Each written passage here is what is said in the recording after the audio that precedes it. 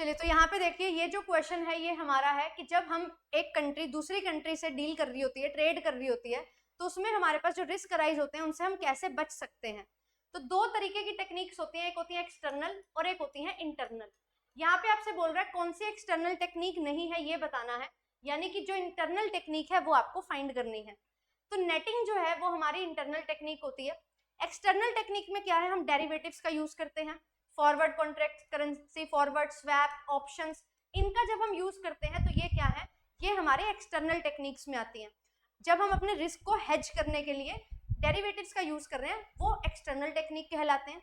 Internal technique में हमारे पास क्या होता है, यहाँ पे जब हमने ट्रेड में पैसा लेना है या देना है तो उसमें हम किस तरीके से अपने जो फॉरेन एक्सचेंजेस में जो हमारा फॉरेन एक्सचेंज रेट है उसमें चेंजेस आ रहे हैं, उनसे कैसे हम बच सकते हैं, अपने रिस्क को कैसे मिटिगेट कम कर सकते हैं, हेज कर सकते हैं, उसके लिए अलग अलग टेक्निक्स होती हैं।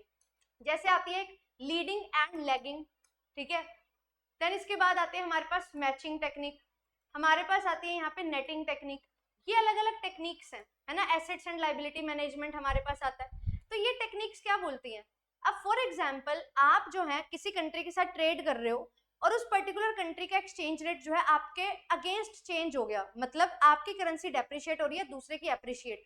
तो आपने किसी को सामान दिया था और आपने उससे पैसा लेना है, अब उसकी करेंसी एप्रिशिएट होगी, आपकी डेप्रिशिएट हो गई है, तो पहले अगर उसको $50 देने थे 500 रुपए के लिए, अब उसको $40 देने पड़ रहे हैं 500 रुपए के लिए, तो आपके पास जो पैसा आएगा वो कम आएगा, डॉलर जो है वो कम आएंगे।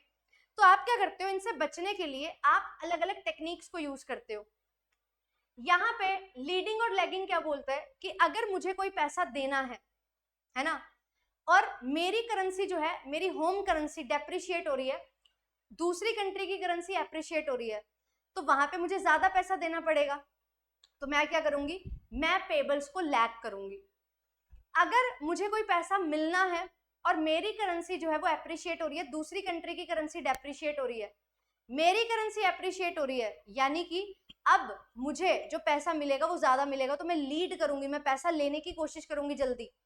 अगर मुझे पैसा देते हुए नुकसान हो रहा है तो मैं उसको लैग करूंगी, पैसा मिलते हुए नुकसान हो रहा है तो भी मैं उसको लैग करूंगी, पैसा मिलते हुए फायदा हो रहा है, पैसा देते हुए फायदा हो रहा है, तो मैं जल्दी से जल्दी अपनी जो है पेमेंट्स को दे दूंगी। तो ये लीडिंग और लैगिंग में आता है। मैचिंग में क्या होता है, आपका कोई पर्टिकुलर एसेट है किसी कंट्री में और आपने उसी कंट्री में पेमेंट करनी है, तो आप अपनी कंट्री से दूसरी कंट्री में पेमेंट नहीं करोगे, आप फॉरेन एक्सचेंज का यूज ही नहीं करोगे, आप जो कंट्री में आपको पेमेंट करनी है उसी कंट्री में आपका एसेट है उसको सेल करके उस पर्टिकुलर पेमेंट को पूरा कर दोगे, तो वो हो जाता है मैचिंग। नेटिंग क्या होता है, यहाँ पे आप क्या करते हैं, आपने किसी से पैसा लेना है और किसी को पैसा देना भी है, तो आप जो नेट इफेक्ट है ना, जो नेट बैलेंस है, उसको पे या रिसीव करोगे रादर पूरा पैसा लेने या पूरा पैसा देने के। इससे क्या होगा, जो आपका इफेक्ट है फॉरेन एक्सचेंज के जो रेट्स हैं वो चेंज हुए हैं, तो जितनी नेट अमाउंट है ना उसी का इंपैक्ट पड़ेगा, बाकी ज्यादा नुकसान आपको नहीं होगा, राइट।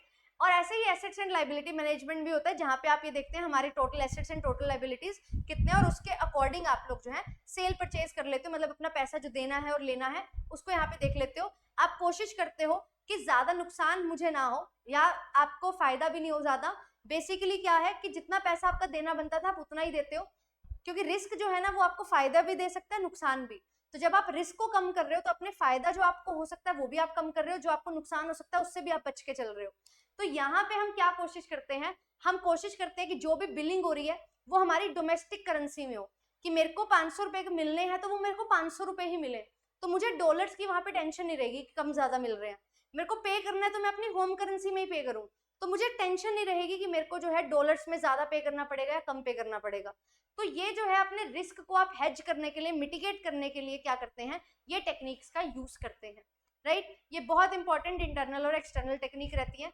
डिटेल में अगर आपको देखना है डेरिवेटिव्स वाला टॉपिक तो डेरिवेटिव्स बाय आयुषी मैम आप सर्च कर लेना, आपको पूरी क्लास मिल जाएगी। और ये मैंने आपको यहाँ पे समझा दिए हैं और इतना ही आपसे पूछा जाता है।